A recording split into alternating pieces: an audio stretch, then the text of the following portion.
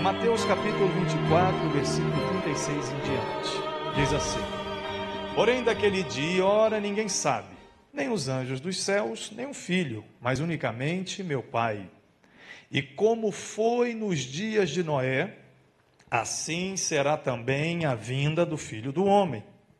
Porquanto assim como nos dias anteriores ao dilúvio, comiam, bebiam, casavam e davam-se em casamento, até o dia em que Noé entrou na arca, e não perceberam, até que veio o dilúvio e os levou a todos.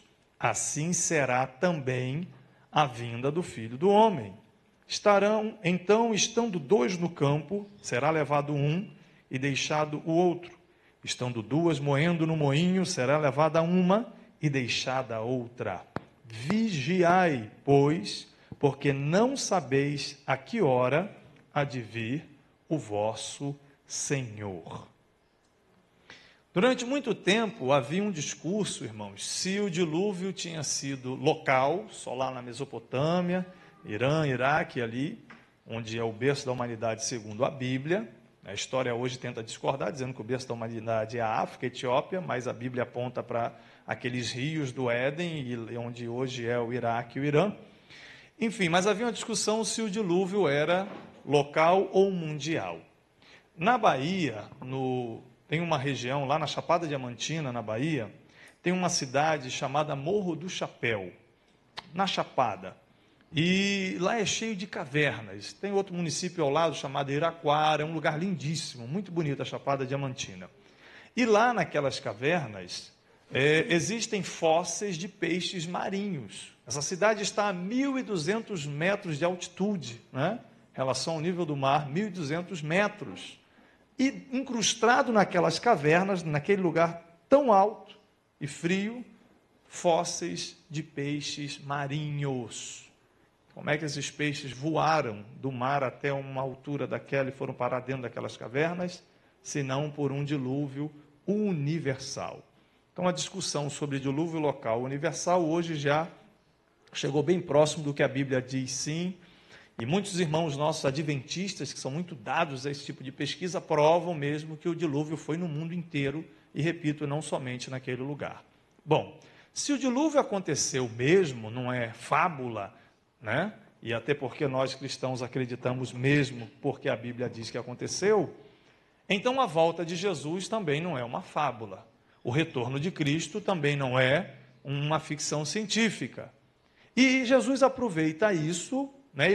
Jesus endossa o dilúvio e chama a atenção dizendo, como foi nos dias de Noé, assim será a vinda do Filho do Homem. Do jeito que aquelas pessoas se comportavam, assim se comportarão as pessoas anteriores à minha vinda. Então Jesus deixa essa pista aqui.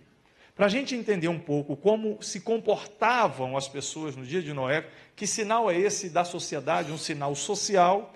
A gente tem alguns ingredientes nesse texto, mas temos alguns ingredientes em Gênesis 6. Então, marque esse texto aí, vá para Gênesis 6, mas depois a gente volta para Mateus 24. Mas vamos olhar lá no início, Gênesis capítulo 6, para a gente ver o que como a Bíblia descreve os dias de Noé.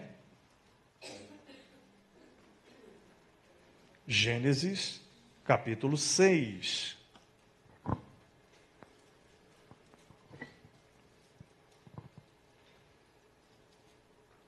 A partir do versículo 5, Gênesis 6 e 5. E viu o Senhor que a maldade do homem se multiplicara sobre a terra, e que toda imaginação dos pensamentos de seu coração era só má continuamente. A cosmovisão, a maneira de enxergar a vida, a maneira de ver as coisas daquela gente, daquele povo, daquela sociedade era má continuamente. Só pensavam em maldade, não estavam nem aí para as coisas de Deus. Então, versículo 6, arrependeu-se o Senhor de haver feito o homem sobre a terra e pesou-lhe em seu coração. E disse o Senhor, destruirei de sobre a face da terra o homem que criei, desde o homem até o animal, até o réptil e até a ave dos céus, porque me arrependo de os haver feito. Versículo 11. A terra, porém, estava corrompida diante da face de Deus, e encheu-se a terra de violência. E viu Deus a terra, e eis que estava corrompida, porque toda a carne havia corrompido o seu caminho sobre a terra. Então disse Deus a Noé: o fim de toda a carne é vindo perante a minha face, porque a terra está cheia de violência, e eis que os desfarei com a terra. Agora o versículo 3, que talvez seja o mais triste desta narrativa. Então disse o Senhor: não contenderá o meu espírito para sempre com o homem, ou não insistirá, porque ele também é carne, porém os seus dias serão 120 anos. Duas coisas que a gente vê, direto nesse texto, é que essa gente aqui vivia em um ambiente de plena corrupção, ausência de lei, ausência de governo, ausência de liderança, a ausência de limites, violência, corrupção. Essa sociedade estava totalmente longe do que Deus queria que eles vivessem. Essa sociedade estava totalmente alheia à vontade de Deus. Noé ficou a visão dessa gente durante um tempão, que o Criador havia de destruí-los da face da terra, e ninguém estava nem aí para a opinião de Noé e para a opinião de Deus. Muito bem. A gente está vendo agora acontecer no Brasil algo novo, todo mundo foi pego de surpresa no mês passado, com essas grandes manifestações públicas, não é isso? 100 mil, 200 mil, 300 mil pessoas na rua, reivindicando seus direitos, contra a corrupção, queremos hospitais, padrão FIFA, muito dinheiro jogado fora com a Copa das Confederações, e cadê esse dinheiro para as necessidades básicas do povo brasileiro? É algo bem pertinente, algo legal, legítimo, As manifestações estão aí, tomara que tragam mesmo frutos para o futuro do Brasil, que não tenha sido em vão nada disso, e eu não quero entrar no mérito se isso é certo ou errado, de Deus ou do diabo, não é isso. Mas observar que essas manifestações se dão por conta da corrupção, de uma sociedade não aguentar mais ver os seus líderes roubando injustamente, agindo neciamente. As manifestações são a gota d'água de um povo que não suporta mais tanta injustiça. Agora, essas manifestações no Brasil, elas não são só no Brasil. Eu me lembro no mês de maio de ter ficado assustado, porque houve uma manifestação pública na Suécia. A Suécia é um dos países com o maior nível de qualidade de vida do mundo. Os suecos têm benefícios tremendos dos seus governos. Uma criança que nasce na Suécia, ela tem escola até os 18 anos de idade, não existe escola particular, a escola é do governo em alto nível. A criança sai falando, com 18 anos, ela fala 4 idiomas e já sai empregado. Estocolmo, Suécia, qualidade de vida a altíssimo nível, mas mesmo lá, os jovens foram para a rua, incendiaram carros, quebraram vitrines, saíram com pedradas com os policiais. Eu falei, meu Deus, se está havendo revolução na Suécia, imagine o resto do mundo. Então, as manifestações sociais, demonstrando, preste atenção, a insatisfação com seus governos, isso não é algo pontual. E quando as coisas começam a acontecer neste mundo de forma global, ou seja, não é local, não é pontual, a gente tem que ficar esperto. No final do texto de Mateus, esse pedacinho de texto que lemos, Jesus disse, vigiai, ou seja, fique esperto, fique antenado. Porque quando as coisas começam a ser mundiais, alguma coisa, alguma transformação está acontecendo, alguma mudança enorme está acontecendo. Você sabe, de 2008 para cá a Europa está quebrada, os países não conseguem gerar emprego, se não gera emprego não tem consumo, se não tem quem consuma, não tem quem fabrique, a indústria não tem o que fabricar porque não tem quem consuma, se a indústria não tem como fabricar, não tem por que oferecer mais emprego, se ela não oferece emprego, aumenta o número de desempregados, com maior número de desempregados não tem quem consuma, sem consumo não tem por que produzir, não tem oferta de emprego, aumenta o número de desempregado e o capitalismo quebra. E é isso que está acontecendo na Europa. Então, os governos europeus para tentar equilibrar, equalizar essa dívida, essa situação financeira, o que eles estão fazendo? Eles estão tentando retirar da população os benefícios. Por exemplo, na Holanda, qualquer casal na Holanda que tem um bebê, não importa o padrão social, nasceu um cidadãozinho holandês, o governo dá 1.500 euros para aquela família.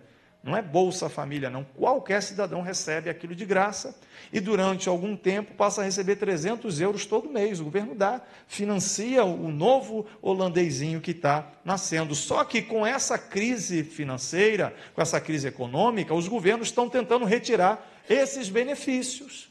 E aí o povo cai para as ruas, cai para cima, pedrada e queimando tudo e acabando com tudo. Nós não aceitamos, não vão tirar os nossos benefícios. E aí a conta não chega, não tem como fechar essa conta. Os cidadãos não querem perder seus direitos conquistados ao longo dos anos e o governo não tem mais como liberar esses benefícios. E aí, repito, essas manifestações não são somente na Europa, está acontecendo no mundo todo. E se você parar para pensar com os olhos na Bíblia, isso tudo gera uma insatisfação contra os governos. As pessoas não estão satisfeitas com os seus governos. Os italianos estão felizes com os seus governos? Não. Os espanhóis? Não. Os franceses? Também não. Brasileiros? Também não. Há uma insatisfação global contra os seus governos. É um ambiente de quase, pelo menos na mente dos mais jovens, principalmente os jovens que precisam do primeiro emprego, que precisam ingressar no mercado de trabalho, não tem como.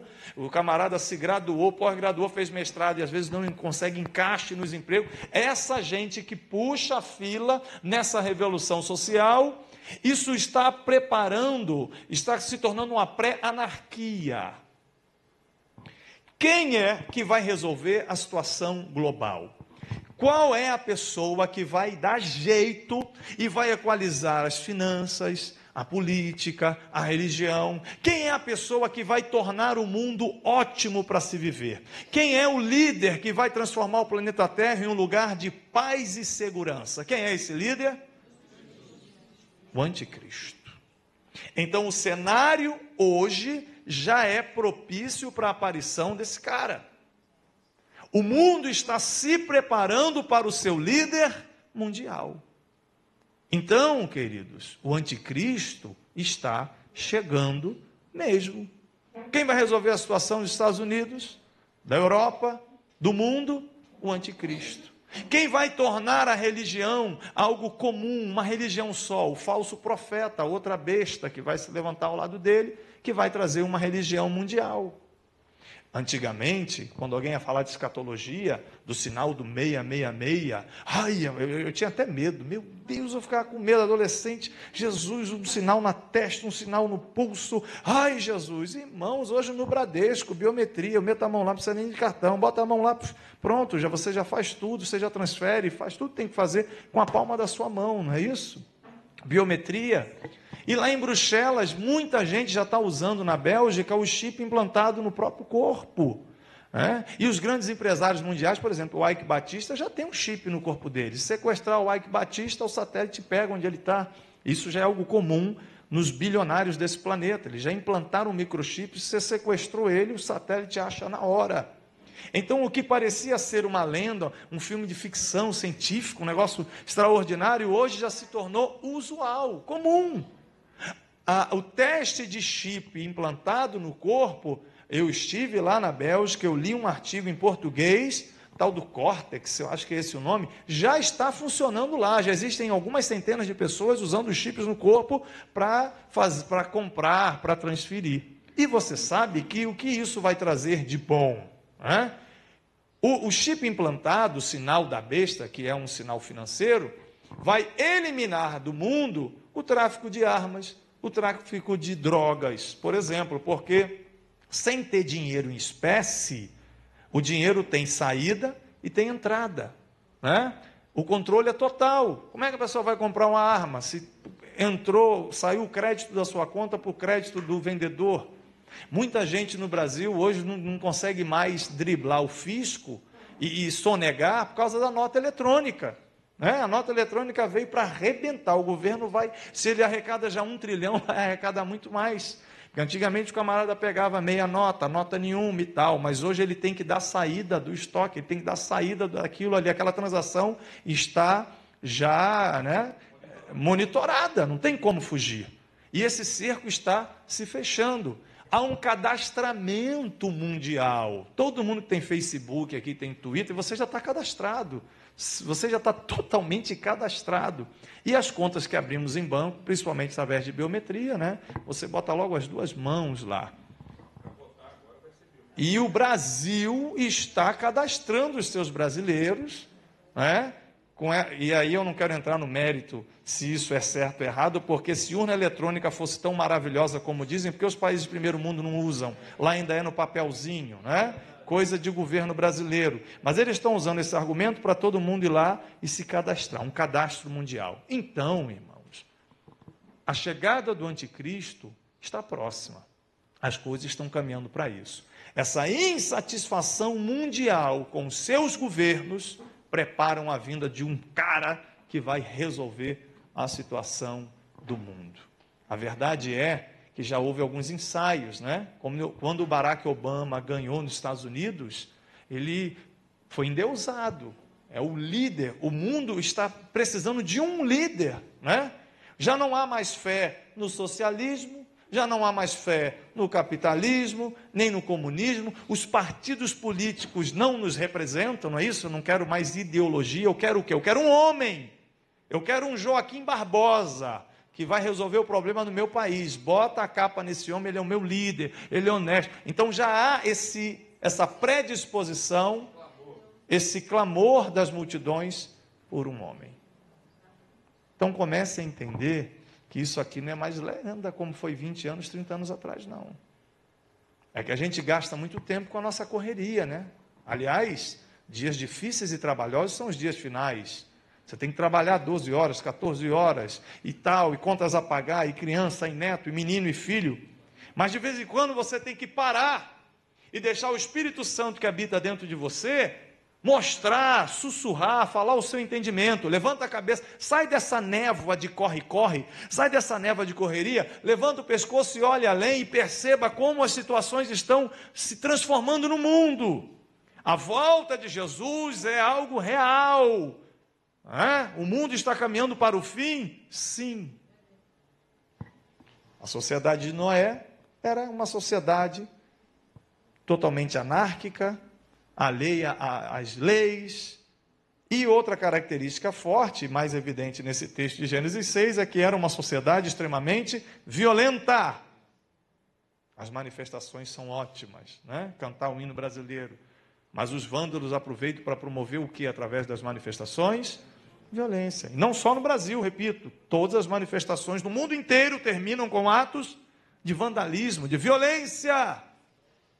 Já são mais de 7 bilhões de pessoas desse planeta. Perspectiva para 2020, 10 bilhões. É gente demais em pouco espaço, todo mundo amontoado nas cidades. E a cada ano que passa, aumenta a diferença social, não é? Poucos com muito e a maioria sem nada. Até porque a tecnologia, ela não trouxe bem-estar social para a humanidade. Isso é mentira. A tecnologia, ela trouxe mais divisão social. Porque quem domina a tecnologia está surfando a onda dos empregos, está crescendo. Mas quem não teve acesso à educação e não domina o mínimo de tecnologia, está cada vez mais alijado do processo, está cada vez mais colocado à parte. Se antigamente em uma roça para colher milho tinha não sei quantos trabalhadores lá na enxada, hoje um operador de uma super máquina daquela colhe tudo sozinho e está todo mundo desempregado.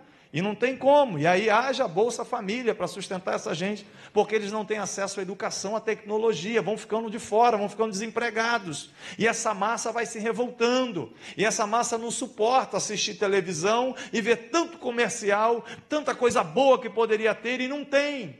E o mais impressionante é que essa massa insatisfeita, que não tem acesso à tecnologia, os prazeres da tecnologia, essa massa também é uma massa hoje, e essa foi a minha grande dúvida, até quando a gente fez a faculdade de História, eu e o pastor Ari, com relação aos muçulmanos. com relação ao mundo islã, porque eu sempre tive a seguinte dúvida, dentro desse olhar escatológico, volta de Jesus anticristo. A questão é a seguinte: como é que o anticristo vai conseguir dominar o mundo islâmico sem ser islâmico?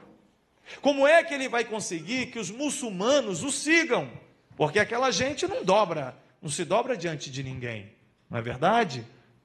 Não, tudo é Alá, é Maomé, e a gente mata, se não for Maomé a gente mata, a jihad, a guerra. Só que esta semana aconteceu algo estranhíssimo do ponto de vista histórico, do ponto de vista geopolítico, porque o líder do Egito era um líder islâmico, e a população foi para a rua para derrubar um líder islâmico. Isso é inacreditável. Está havendo divisões dentro do Islã. De onde vêm essas divisões? Dos jovens. Porque a internet está sendo o divisor de águas da história da humanidade. Quem colocou 300 mil pessoas nas ruas no Brasil foi a internet, foi o Twitter, foi o Face. E o mesmo Twitter e Face atingiu os jovens árabes, os jovens indianos, os jovens muçulmanos, e eles não suportam mais ter que ficar debaixo do jugo dos seus líderes religiosos. Então está havendo uma revolução de jovens e adolescentes que vão dizer não a ditadura islâmica. Isso é fantástico. Então não vai ter dificuldade nenhuma para o anticristo reinar, porque esses jovens vão querer o anticristo, porque o anticristo vai oferecer para eles paz, segurança, tecnologia, tudo o que eles anseiam. E os velhos ou morrem ou se acomodam. A grande dúvida escatológica que eu tinha, isso é uma opinião minha, né, gente? Estou dando a minha opinião, cada um julgue e tire suas conclusões. Mas a internet está jogando os jovens do Islã contra os seus líderes. Porque os líderes eles vivem no ouro, né? Na prata, e aquela massa de gente miserável. O garoto entra no computador, está com a internet, abriu, peraí, olha a vida que eu posso ter, por que eu não tenho? Aí vai questionar, os jovens são questionadores. Então o Islã corre o risco de cair. Bom, ninguém acreditava que o muro de Berlim ia cair. Os mais velhos, não, comunismo, isso nunca vai se desfazer. E de uma hora para outra, né? Pá! Acabou. Perestroika, Gorbachev, acabou. Não tem mais comunismo. Como assim? Quebraram o muro. Acabou. Meu Deus! Tantos anos de comunismo, um negócio tão sólido, acabou. E acredito que isso também vai acontecer com o Islã, ou com a liderança do Islã. E esse líder, que vem segundo a eficácia de Satanás, vai conseguir tudo o que ele precisa para dominar esse mundo. O mundo de Noé era um mundo anárquico, o mundo de Noé era um mundo violento. Bom, falar de violência hoje eu acho que é, como diz o ditado, é chover no molhado, né? Agora tem uns negócios revoltantes. No Brasil, a cada 10 minutos uma mulher apanha. A violência contra a mulher no Brasil é uma das maiores do mundo. A cada 2 horas no Brasil uma mulher morre. Aí o irmão diz, está vendo? Já se passaram 15 minutos e eu não te dei ainda nem um beliscão, viu, mulher? Porque a cada 10 minutos uma mulher apanha. Então a sua está no lucro. Você não bateu nela hoje, graças a Deus.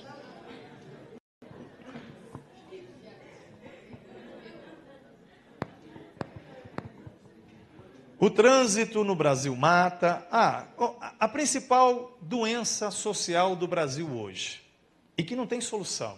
Irmãos, não tem solução para o crack. Não tem solução. Alguém sabe uma solução do crack? Não tem solução. Qual é a solução? Aqui no Rio mexeram em Manguinhos e espalharam o formigueiro, e aí veio a Copa das Confederações, esconde esses viciados, esconderam em Nova Holanda, Parque União, naquela favela ali, aquela comunidade na entrada da ilha ali, Bom Sucesso, esconde eles ali, mas não cura, o governo não tem um projeto na área de saúde para resolver esse problema, porque não tem como resolver. A pessoa fuma aquela desgraça daquela pedra 3 vezes, já foi possuído pelo demônio do crack. O cara já era, ele está viciado. Vai roubar, vai matar, vai fazer o que for para poder ter acesso àquela loucura do crack. E antes de voltar para o Rio, durante o tempo que eu morei na Bahia como missionário, 2 anos na cidadezinha de Catu, uma cidade de 40 mil habitantes, a cidadezinha já estava, nos anos 2008, 2009, já estava tomada pelo crack. Tinha uns garotos roubando com faca de cozinha, faca de passar manteiga no pão sem ponta, roubando na rua, celular e tal. E a polícia matou os 2 meninos de 14, outro 16, crack. E agora o Rio de Janeiro, e imagine São Paulo, irmãos, está sem controle. Não há solução para o crack. Até as igrejas, os centros de recuperações evangélicos estão sem saber o que fazer. Eu conheci um rapaz em São Paulo, viciadíssimo, e o pastor que cuidava dele disse que a solução para o caso dele, não sei se serve para todos, mas especificamente para o caso desse rapaz, ele fez 4 hemodiálises para limpar o sangue. Isso crente, lendo a Bíblia, buscando a Deus, fez 4 hemodiálises para poder limpar o sangue e está ali lutando para não voltar a cair no vício. É gravíssima a situação do nosso país por causa do vício do crack. Mundo violento, um mundo sem freio. E do ponto de vista mundial, há algum tempo atrás, ainda dentro desse semestre que passou, aquele doido daquele ditador da Coreia do Norte, filho, né, o que herdou o trono lá, cismou que ia meter bomba na Coreia do Sul. Você lembra da crise que aquilo causou? Se ele joga uma bombinha ali, pronto, Terceira Guerra Mundial. Está pronto. Terceira Guerra Mundial. Porque esses malucos têm um apoio da Rússia e da China. E quem é que quer encarar hoje a China? O mesmo problemão acontece no caso da Síria. Tunísia, jovens vão para a rua, internet. O efeito que aconteceu no Brasil aconteceu lá. Derrubaram o ditador. O Bahrein, a mesma coisa. O Egito, a mesma coisa. E foram caindo os governos. Chegou na Síria, a Rússia diz, não, aqui ninguém mexe. A Síria é comigo. E a Rússia tem aqueles paióis de munição, fuzil AK-47 que não tem mais onde guardar, e tantos mísseis, está aquilo lá guardado por causa da Guerra Fria, eles não usaram, se prepararam para uma guerra que não aconteceu. Então eles aproveitam um problema desse da Síria para quê? Para vender para a Síria. Toma fuzil, toma míssil, vai descarregando e ganhando dinheiro, aumentando o seu poder financeiro, vendendo armas da antiga Guerra Fria. E a China apoia, né? A Rússia e a China são os do contra no mundo. Tudo que é contra o Ocidente, eles estão juntos. Então, se os Estados Unidos, a Inglaterra e a França tentarem se meter no caso da Síria, Terceira Guerra Mundial. O cenário está pronto. O cenário está pronto. Um mundo de violência. Voltando para o texto inicial, Mateus capítulo 24, nessa reflexão se realmente a gente está vivendo a última colheita. Voltando a Mateus 24, que lemos, Jesus fala algumas coisas aqui também do mundo de Noé. Ele diz, como foi nos dias de Noé, será vindo o Filho do Homem. Por quê? Nos dias anteriores ao dilúvio, o que aquela gente fazia? Comia, bebia, casava, dava-se em casamento. Eles eram avisados por Noé. Noé avisou aquela turma que Deus ia destruir o mundo. Qual era a reação deles com relação ao aviso de Noé? Desprezo total. Porque eles davam ênfase aqui, ao prazer, né? O hedonismo. Não, o mundo vai acabar, eu quero comer, eu quero beber, eu quero me dar bem, eu quero viver bem, né? Essa era a mentalidade do povo daquela época, alheios à profecia, alheios à vontade de Deus e determinados a viverem o prazer. E casavam e davam-se casamento, não é a nossa ideia ocidental de casar e dar casamento, e na frente do juiz, né? Não existia isso, ou tem um líder religioso para casar. Aqui é que um homem juntava-se com uma mulher, não dava certo, separa, junta com outro, não dava certo, separa, junta com outro, não deu certo, separa, junto com outro. Ou seja, a ideia de família no modelo bíblico, para eles, não existia. Eu quero é ser feliz, não é isso que se usa hoje?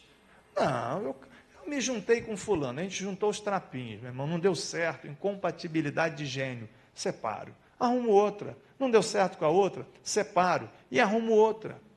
Olha aqui, pensamento que dominava a mente daquele povo. Nós lemos em Gênesis que a imaginação deles era o tempo todo ruim, má, é a mesma imaginação dos dias de hoje. Se tornou senso comum na mente das pessoas. Nosso Brasil e o mundo ocidental e o oriental também já está sendo influenciado pela internet, né? Essa globalização, na verdade, está tornando a cultura mundial uma cultura só, ou seja, uma maneira de pensar só, para que tudo fique como nos dias de Noé. O que é que a pessoa pensa hoje, no Brasil e no mundo? Trabalhar, ganhar o seu dinheiro, pagar suas contas. E aí, o que você faz depois que você não está trabalhando? Eu quero me divertir.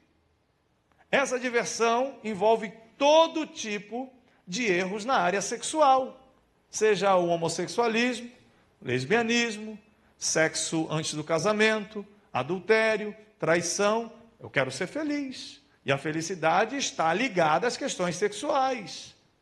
Então, esta ideia de liberdade, eu faço o que eu quero, do jeito que eu quero, a hora que eu quero, ninguém paga as minhas contas, né? Eu vivo para mim mesmo, para mim mesma. Essa era a ideia da sociedade de Noé, era um povo que não tinha freio. Como é que está a sociedade nos dias de hoje? Do mesmo jeito. As pessoas com quem você trabalha, que não são crentes, como eles querem viver? Assim. Seus parentes que ainda não são crentes, como eles querem viver? Assim. Porque a televisão manda eles viverem assim. As músicas mandam eles viverem assim. Os filmes de Hollywood incitam para que vivam assim. As novelas, se não viver assim, você está fora do padrão, você é um idiota, um imbecil. Então, uma característica triste daquela sociedade, que tem a ver com a sociedade de hoje, é que eles eram dados ao prazer, à promiscuidade, à safadeza, sem vergonhice. Uma coisa que me assustou há 2 semanas atrás, eu saí do e-mail, Hotmail, caiu no MSN, estava uma notícia lá, terrível. Camisinha não protege contra a AIDS. Falei, cliquei para abrir o artigo. Dependendo do nível de HIV no sangue do portador, a camisinha não retém o vírus. Irmão, já pensou que desgraça? Os governos todos fazendo projeto de saúde, use a camisinha, carnaval, use a camisinha, São João, use a camisinha, proteja-se, não protege.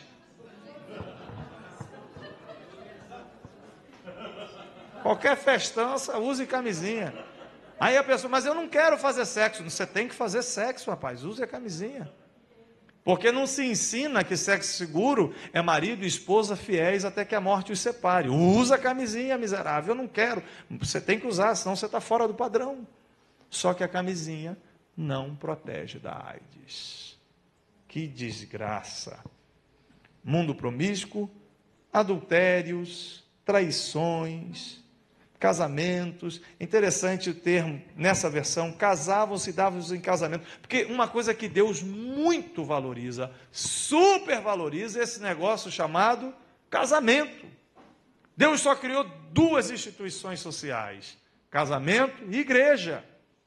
Então Deus não aceita essa ideia de traição, de quebra de aliança, de quebra de casamento. Isso para Deus é o que há de mais sagrado. Mas a sociedade de Noé desdenhava disso. A sociedade de Noé não estava nem aí. Você gosta de casar para quê? Para que ser fiel? Não deu certo? Eu tenho que ser feliz. Separa, arruma outro. Separa, arruma outro. Para, arruma outro. Outro dia eu estava ouvindo na Band News um negócio bem interessante. Como essa questão sexual é incontrolável. Pecado não se controla. Ah, pastor, eu vou pecar só um pedacinho. Não, eu vou pecar 2 semanas e pronto. Não existe controle sobre o pecado.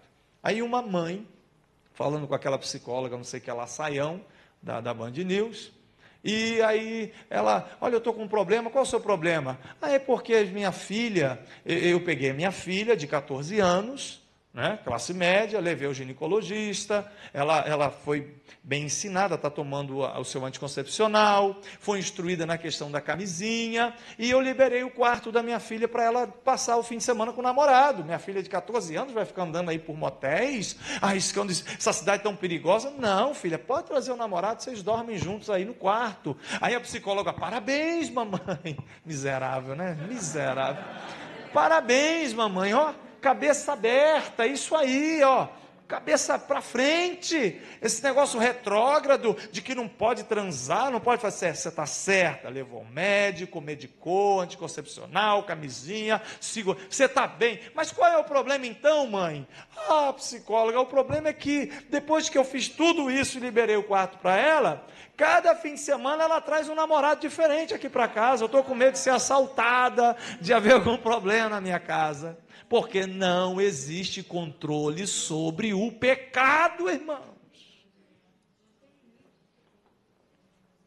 E a situação nos dias de Noé se tornou tão grave que Deus desistiu daquele povo. Meu espírito não vai mais contender, não vai mais insistir com essa gente. 120 anos eu passo o rodo e acabo com esse negócio. Ainda deu chance para que o profeta Noé avisasse. Se aquele povo quisesse, converteria a pregação de Noé, entraria na arca, se salvaria.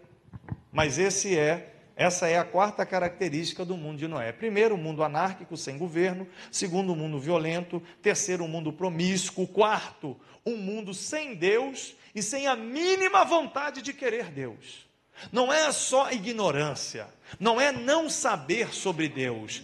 A questão é pior, é não querer saber sobre Deus. Noé, seu maluco, você está perdendo a sua vida construindo esse barco, rapaz. Aqui tem vinho, tem adega, tem mulher, tem farra, tem festa. Você é um idiota, rapaz, construindo esse barco? Não, o Criador me avisou que vai acabar com a humanidade e a salvação é esse barco. Eu estou obedecendo a palavra de Deus. Você é um idiota, rapaz, está gastando a sua vida, perdendo sua juventude, o resto da sua vida aí nesse negócio. E é isso que acontece no mundo de hoje, no mundo de hoje. Não é só Brasil, não. Brasil também. A Europa, então, né? A Europa acabou, né, irmãos? A gente vai pregar lá as igrejas com 100 pessoas, outra igreja com 150, é uma catedral. 150 crentes, uau, que igrejão. Normal é igreja de 50 pessoas. E a massa, a população, está nem aí para Deus. Aí um brasileiro lá em Bruxelas, animado, com um monte de folheto em Flamão, evangelizando, eu estou andando com ele, o André, novo convertido. Aí ele pegou um folheto, deu para um rapaz. O rapaz pegou, olhou, viu que era sobre Deus, sobre Jesus, irmãos. Começou a rir, levantou a mão para o céu e deu o dedo. Falou para Jesus, eu faço isso aqui, ó. Deu o dedo e saiu caminhando. Um país católico, né? Bélgica, Bruxelas, um país cristão. O garoto deu o dedo. Então não é que não saiba sobre Deus, é não quero Deus. Tira esse negócio de Deus da minha vida, que isso é coisa de fundamentalista. Isso é coisa de gente imbecil, de povinho. Não, minha mente é aberta, eu quero é ser feliz, não é isso? Eu tenho que aproveitar ao máximo a minha vida. E se eu morrer assim, não tem problema, eu vou reencarnar e na próxima vida eu tenho outra chance. Então eu tenho que, no máximo, extravasar todos os meus desejos, minhas paixões, sejam sexuais, sejam de violência, eu tenho que ser feliz. É a palavra de ordem dessa nova era. É a palavra de ordem desse novo século. É a palavra de ordem desse momento. E não é pontual, não é só a Europa mais, é o mundo inteiro. Aeroporto de Amsterdã, vem um homem de lá, bem vestido, arrumado, né? Barba bem feita, de terno, não vem rebolando não, o camarada vem andando normal. Pá, pá, pá. Do lado de cá vem outro, caba safado, também bem arrumado e tal. Meu irmão, os dois dão um sorrisinho um para o outro. Um bota a mão na nuca do outro, puxa um beijo de língua no meio do saguão do aeroporto e vai passando a mão aqui, metendo a mão ali, parecia um casal de adolescentes se beijando. Uau! Você acha que todo mundo escandalizou? Que normal, dá vontade de jogar um balde de água gelada, solta cachorro miserável, coisa ruim. Agora, isto 10 anos, 15 anos na Holanda é normal. Agora, enquanto isso acontecia só lá, somente lá, tranquilo. Mas agora é o mundo todo, é a ditadura homossexual. O Uruguai já liberou o casamento entre pessoas do mesmo sexo, a Nova Zelândia também, a Holanda já tinha feito isso há muito tempo, a forçação de barra no Brasil e vários outros países, uma preparação para que o mundo todo se torne homossexual. A França foi à força, a população não queria e eles liberaram. Estados Unidos agora, também alguns estados liberaram. Então não é, Argentina, não é mais pontual, quando você vê que uma notícia, que um movimento desse social é global, tem coisa aí, olha para a Bíblia. É sinal da palavra de Deus, o anticristo está chegando aí. Podendo adotar crianças. E o maior inimigo da igreja sempre foi o espírito homossexual.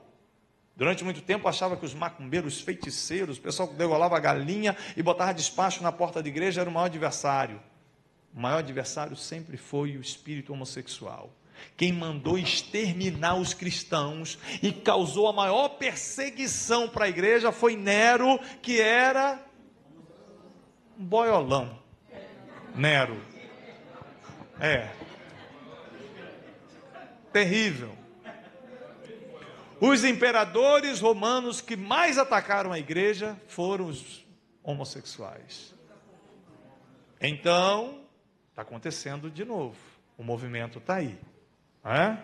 Um mundo promíscuo, um mundo podre nas questões sexuais. Quarto, um mundo que não é apenas, eu não conheço a Deus. Não, eu conheço e não quero.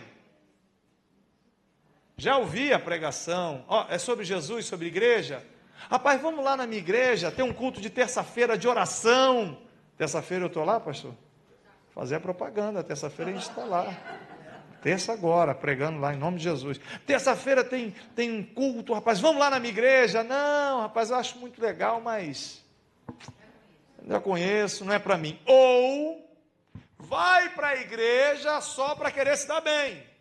Rapaz, quebrei no cheque e no cartão. Tua igreja não tem um negócio lá de prosperidade, não? Da gente fazer uma campanha lá, pisar num sal, pegar umas rosas para ganhar um dinheiro, não? Tem, na minha igreja tem. Beleza, então eu vou na sua igreja. A falta de consciência de pecado faz com que o povo não queira Deus. Para que Deus? Eu não tenho pecado. Rapaz, como Jesus disse para a mulher, chame o seu marido. Não, eu não tenho marido. Disseste bem, porque você já teve 5 maridos e esse agora não é seu. É profeta, não é? Jesus causou na mulher samaritana uma consciência de pecado, mas a sociedade hoje perdeu. A mente está cauterizada. Não existe mais noção de certo e errado. Para que pecado? Se não existe pecado, não precisa de Salvador. Eu estava conversando com um bispo lá em Antuérpia, na Bélgica, ele estava me dizendo que hoje em Antuérpia, irmão, isso é grave.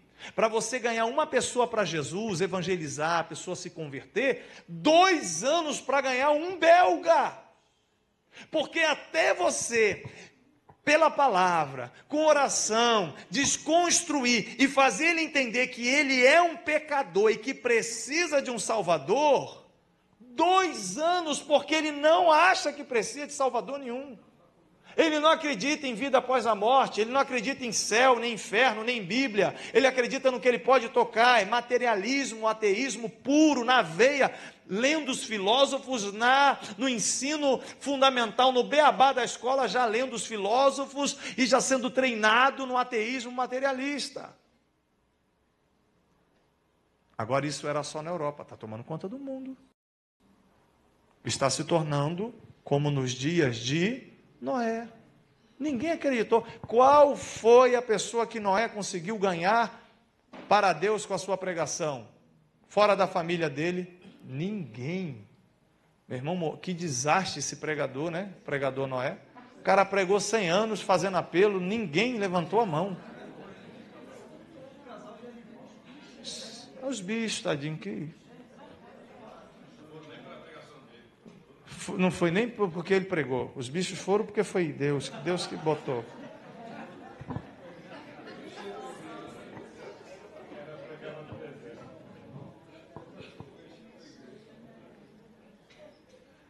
O grande problema que a gente enfrenta hoje, irmãos, é essa situação aqui, que é gravíssima.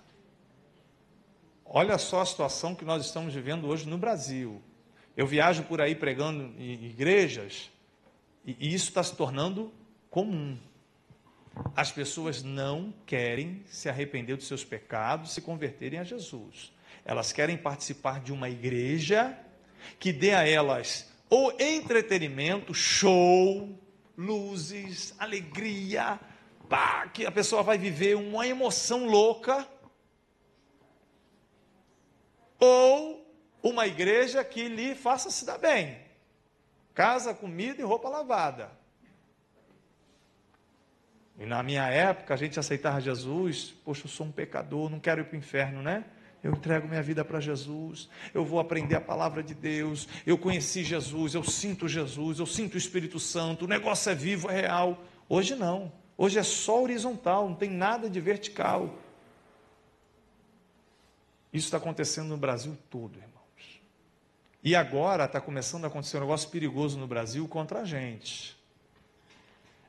Esta briga sobre a questão homossexual está começando a ficar mais descarada, como diz na Bahia.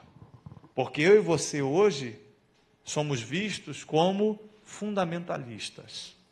No seu trabalho, na sua roda de amigos descrentes, na faculdade, meio acadêmico, podre até a tampa. Né? Seus parentes que não são crentes.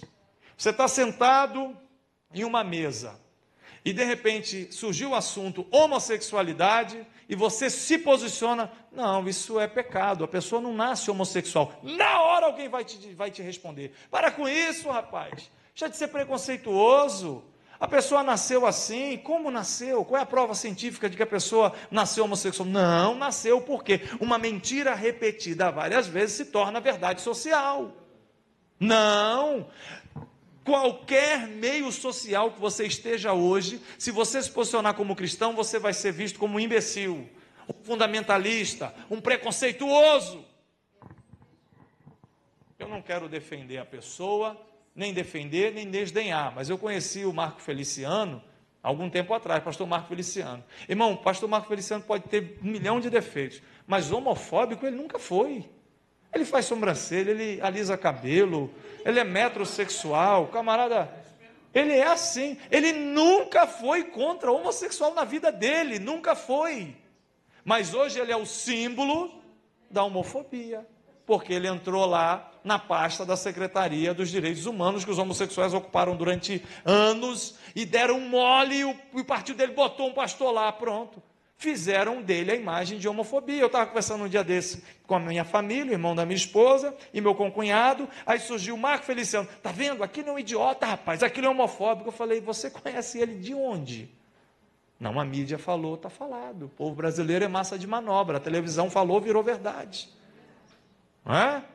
E essa ideia de que a mídia falou, virou verdade, a mídia está voltando o canhão agora para a gente.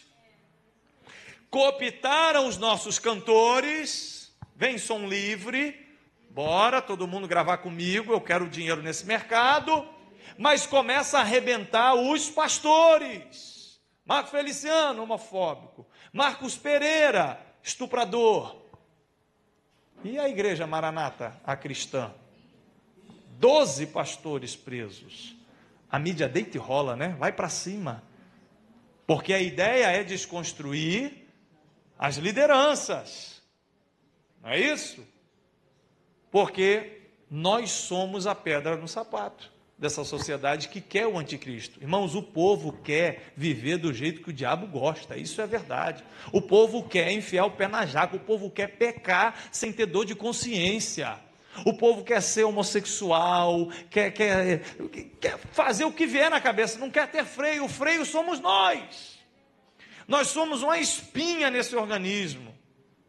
Vai chegar uma hora que vai se tornar insuportável a nossa convivência com os patrões, com os funcionários, nas escolas, seu filho, seu neto. Eu fico pensando hoje numa criança de 2 anos de idade, quando ela ingressar na escola, o que vão ensinar essa criança na escola? Como será essa escola? Esses educadores vão educar em quê? Os dias de Noé, bem parecidos com os dias de hoje. E para terminar, o pior, eu acho, é o que diz aqui a última parte. Porque Jesus fala da sociedade de Noé, e sobre a vinda dele ele diz, 2 estarão no campo, os 2 vão subir, os 2 serão levados, um vai e o outro, 2 estão lá no moinho trabalhando, as 2 vão subir, no arrebatamento da igreja, uma vai e a outra. O pior sinal da volta de Cristo é este aqui, é a apostasia, é o não querer Deus por aqueles que eram de Deus, que conheciam a Deus. Cresce no Rio de Janeiro o número, o IBGE foi lá, o recenseador foi lá, bateu na porta, tal, pois não, pega lá o negócio aí. Sua religião? Minha religião? Anota aí, eu sou evangélico não praticante. Evangélico não praticante. É o que mais cresce no Rio de Janeiro entre os evangélicos. Não é mais desviado ou caído. Isso é preconceito, pastor. Não me chame de desviado não, que eu te processo. Eu sou um evangélico não praticante. Me decepcionei, não gostei do pastor, mas eu sou evangélico. Isso é uma piada, né? Mas é apostasia. Jesus disse, quando o Filho do Homem voltar à terra, porventura achará fé na terra? Os dias que antecedem a volta de Jesus é um dia de apostasia. Pessoas que conheceram a palavra e se desviaram. Aquele texto triste de Paulo a Timóteo, 2 Timóteo, capítulo 3, a partir do versículo 1, que no final termina, mais amigos dos prazeres ou deleites do que amigos de Deus, tendo aparência de piedade, mas negando a eficácia delas, destes afasta-te, aquilo tudo que vem lá, obstinados, caluniadores, uma sequência de adjetivos horrorosos, aquilo é para crente. Aquilo é dentro da igreja, aquilo são pessoas que estão dentro do rebanho de Jesus, discípulos de Jesus que têm aquele comportamento horroroso. E no final Paulo fala, se afasta dessa gente. E o texto começa dizendo, e será que os últimos dias serão difíceis e trabalhosos, porque surgirão pessoas assim, né? Triste, tal. Então um dos piores movimentos sociais que antecedem a volta de Jesus, é o número de pessoas que vão negar Jesus e vão abandonar a fé. Por que vão abandonar a fé? Porque vão querer viver essa festa aqui. Vão querer viver essa festa, essa farra. Não, por que eu não posso ser feliz? Por que eu tenho que carregar cruz? Por que eu tenho que lutar contra a minha natureza humana, que me induz à violência e ao sexo, se eu posso extravasar e ser feliz? Ah, não, pelo amor de Deus. A pregação do pastor Ari é muito dura, é chato demais. Negócio de santidade. Todo mundo no meu trabalho extravasa. Minha família, todo mundo extravasa. E eu vou ficar vivendo essa vida infeliz. Esse meu casamento infeliz. Esse namoro que eu não posso ter relações sexuais só depois que eu casar. Isso é infelicidade demais. Não, vou extravasar. Para que ser crente? Para que pertencer a uma igreja? Eu oro em casa, eu leio a minha Bíblia em casa, eu assisto o R.R. Soares, eu não preciso de igreja. É isso que está acontecendo, irmãos, nas igrejas. Existem muitos congressos que me chamam para pregar, aí vamos ouvir o pregador, a Assembleia de Deus tem isso, né? Alessandro Cassiano. Aí eu vou lá e desço a lenha disso aqui, plá. Rapaz, tem pastor que olha para mim com raiva. Eu fico pensando, ele deve olhar para mim e falar assim, miserável, acabou com o meu culto, com a minha festa. Não volto mais, não me chamam nunca mais. É muita igreja, Assembleia de Deus, da minha eu posso falar. Sei que a Maranata não tem isso. Mas muitos congressos que eu prego pelo Brasil afora, o cara quer que eu pregue a vitória, não é? Bênção. Às vezes um encosta aqui, todo mundo é adulto. Pastor, o senhor é bom de oferta? Eu falei, como assim? O senhor arranca uma oferta boa aí não? A gente divide meio a meio. Traz uma palavra aí, arranca a oferta desse povo. Metade. O sangue de Jesus tem poder, pastor. Pastor, eu não sei fazer isso não aprendi a fazer isso. Essa apostasia, falta de temor a Deus, esse negócio de deixar de levar Deus a sério e a Bíblia a sério, isso está crescendo no Brasil. Quantos evangélicos no Brasil? 50 milhões! Será que tem 50 milhões de discípulos que carregam a cruz? No meio desse povo todo aí?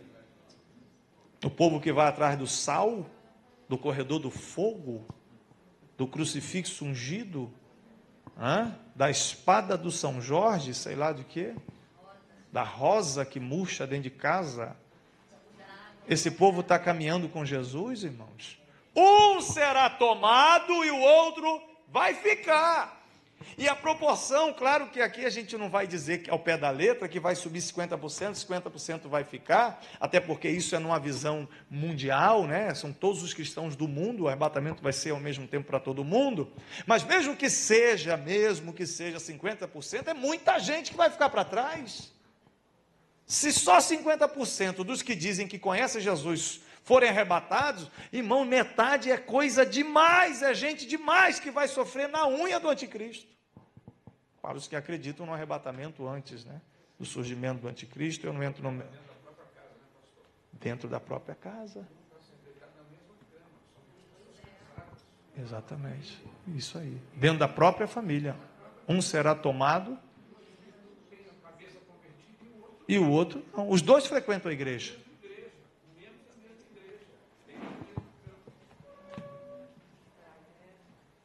Então, irmãos, isso aqui não é mais lenda como era na minha época de adolescente, não. Né? Essa noite você está esticando um pouco o pescoço assim, ó, saindo do seu dia a dia, da sua correria, você veio para um lugar de reflexão, né? De busca de Deus, veio para esse acampamento para buscar Deus e, ficar ligado. Porque qual é a palavra de Jesus sobre isso? Jesus falou, subam ao monte e façam 7 noites de campanha? Não. Jesus falou, se acabe de jejuar? Não. Jesus só disse o seguinte, vigiai. Ou seja, fique esperto, meu irmão. Presta atenção, é o que Jesus está falando. Preste atenção, fique antenado, fique ligado no que está acontecendo. E para terminar, sobre essa questão da última colheita, agora a colheita, já vimos que realmente é a última. Eu disse que Noé poderia ser o mais frustrado dos pregadores. Ganhou ninguém, 100 anos pregando, ninguém se converteu, vírgula. O mais importante, ele conquistou. Ele salvou a família dele toda. O povo está morrendo afogado lá, desgraçado na água lá. Mas ele estava tranquilinho, quentinho, com a família dele dentro da arca. Fez a parte dele, pregou para todo mundo, não discriminou ninguém, mas a família dele, o exemplo dele, a insistência dele, valeu, família toda salva. A mensagem para você é esta, pelo amor de Deus, você continua falando para os seus colegas de trabalho, continue pregando para os seus vizinhos, continue, se tem campanha de evangelismo na sua igreja, algum movimento de folheto, hospitais, cadeias, alguma coisa, faça, mas com mais ênfase, com mais paixão, até porque é onde dói seu coração, sua família. Salva o teu marido, salva a tua esposa, salva os teus filhos, salva a tua mãe, salva o teu pai, salva os teus irmãos. Este momento final é o momento de Noé. Estamos vivendo os dias de Noé, então é dia de quê? De focar em quê? Na sua família. Salva a tua família, pelo amor de Deus. Ah, mas Deus vai trazer, vai você lá buscar. Porque não tem muito tempo para isso acontecer. Você ora pela salvação da sua família, ore mais. Você já fez jejum pela salvação, para que a venda seja arrancada dos olhos? Então jejue pelo seu povo. Faça mais, de madrugada, ore, Senhor, meu irmão Jesus, minha mãe, meu cunhado, meu concunhado, salva, meu Deus. É a hora de se preocupar em salvar a sua alma e salvar a sua família, porque estamos vivendo a última colheita, os dias de Noé. Fique de pé na presença de Deus. Glória a Deus.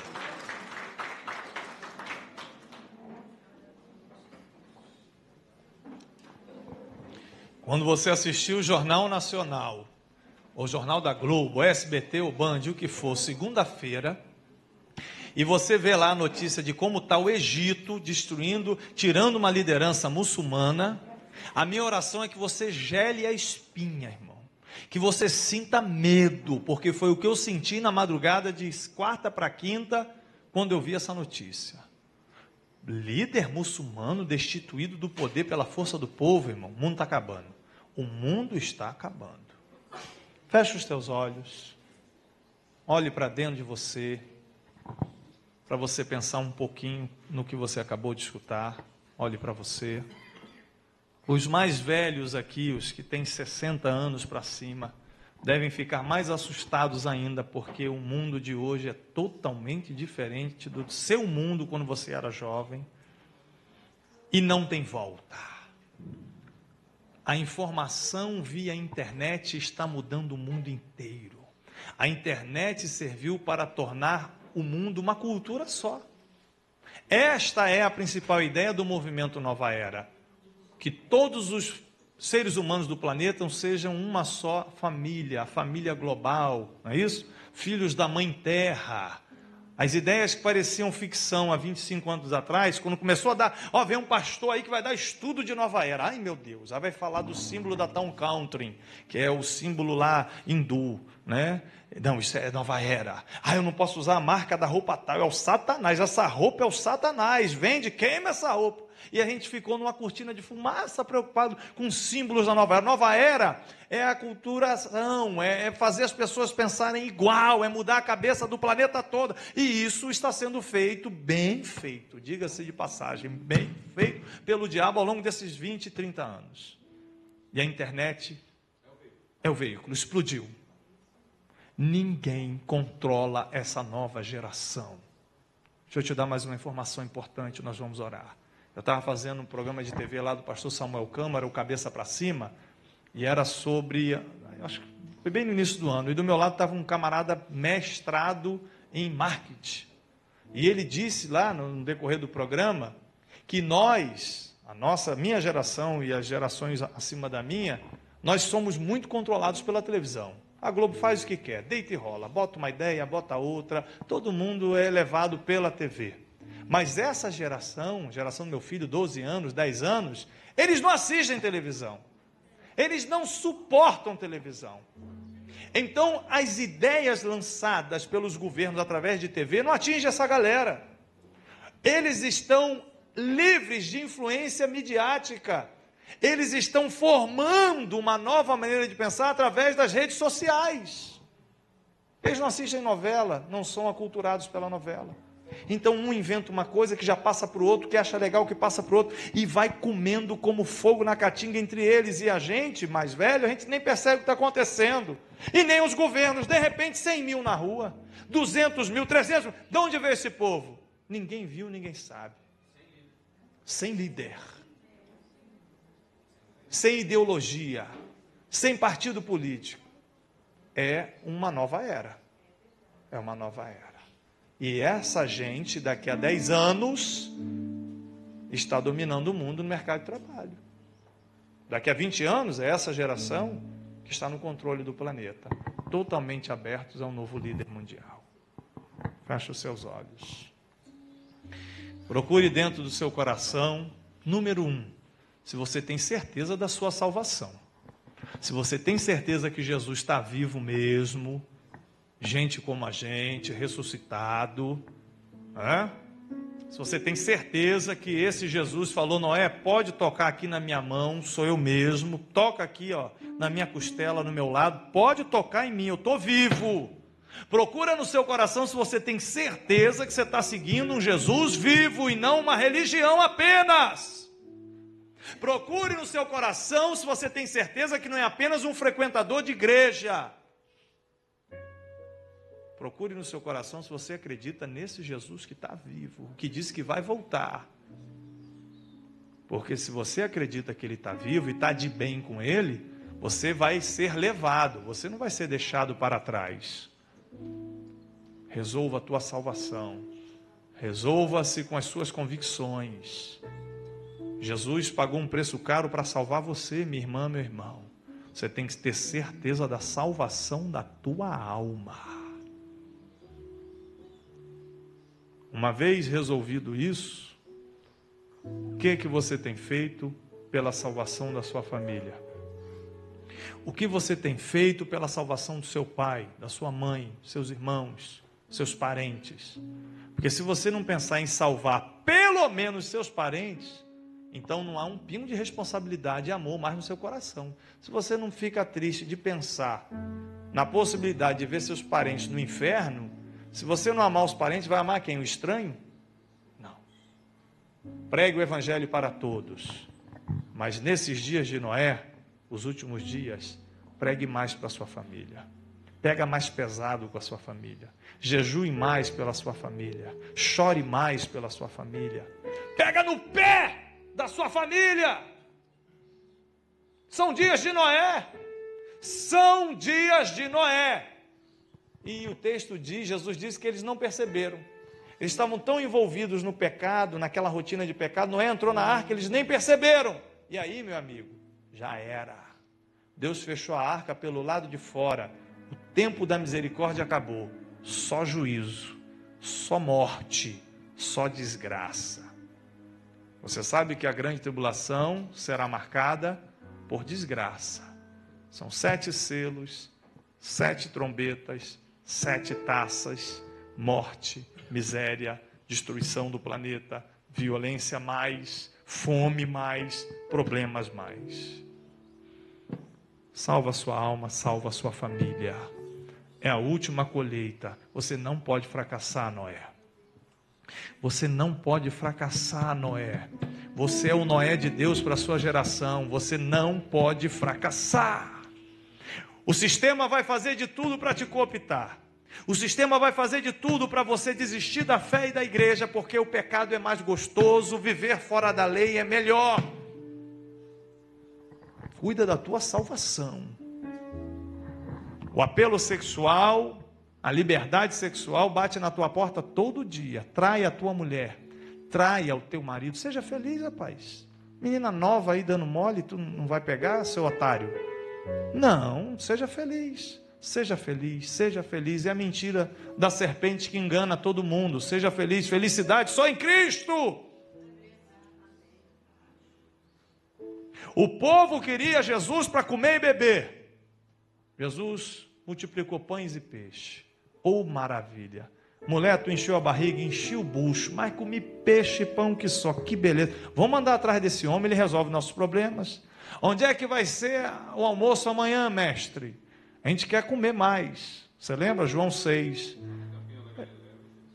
Vai ter multiplicação amanhã onde? Eu estou lá, meu irmão.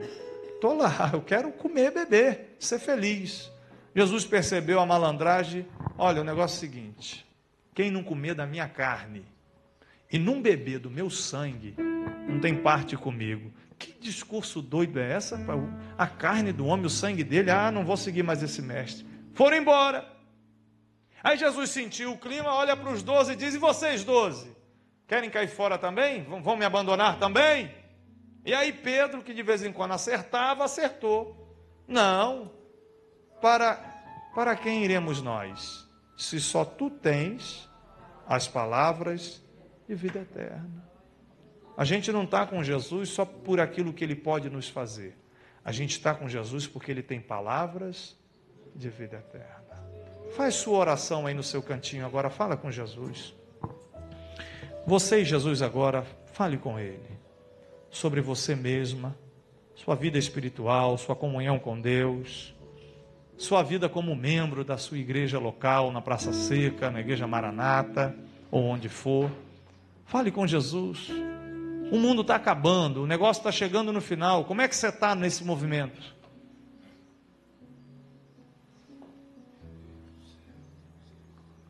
Alguns segundos para você orar por você agora, por você. Você vai orar agora só por você, só pela sua alma. Faça uma oração sincera, rasgada, transparente, você e Jesus, você por você.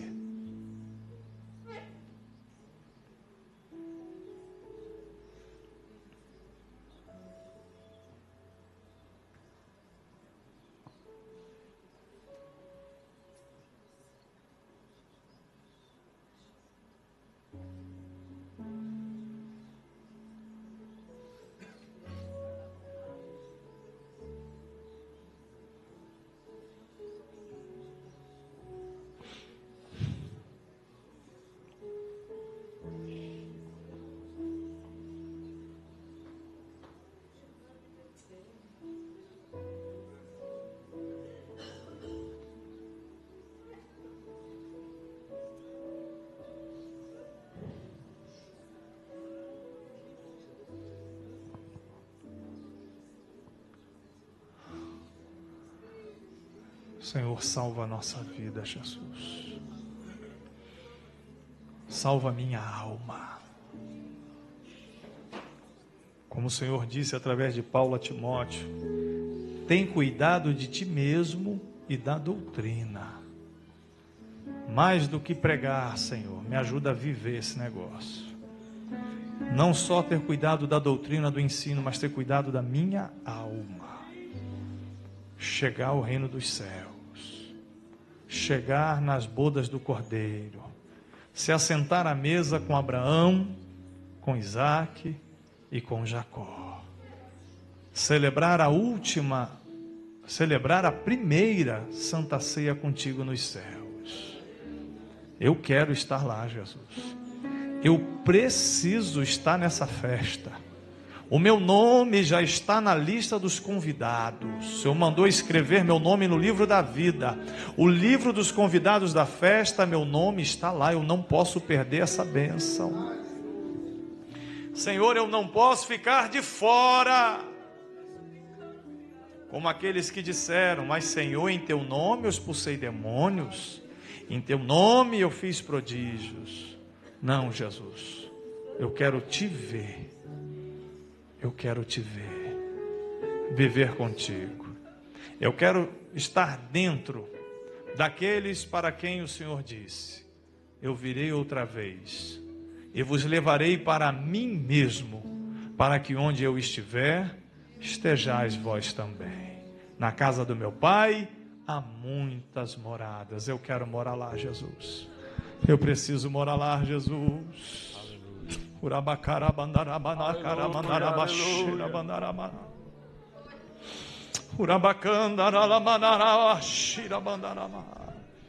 Não importa quão sofrida seja a vida nessa terra, as lutas e tribulações, eu quero chegar lá. Me segura, Senhor, nas tuas mãos.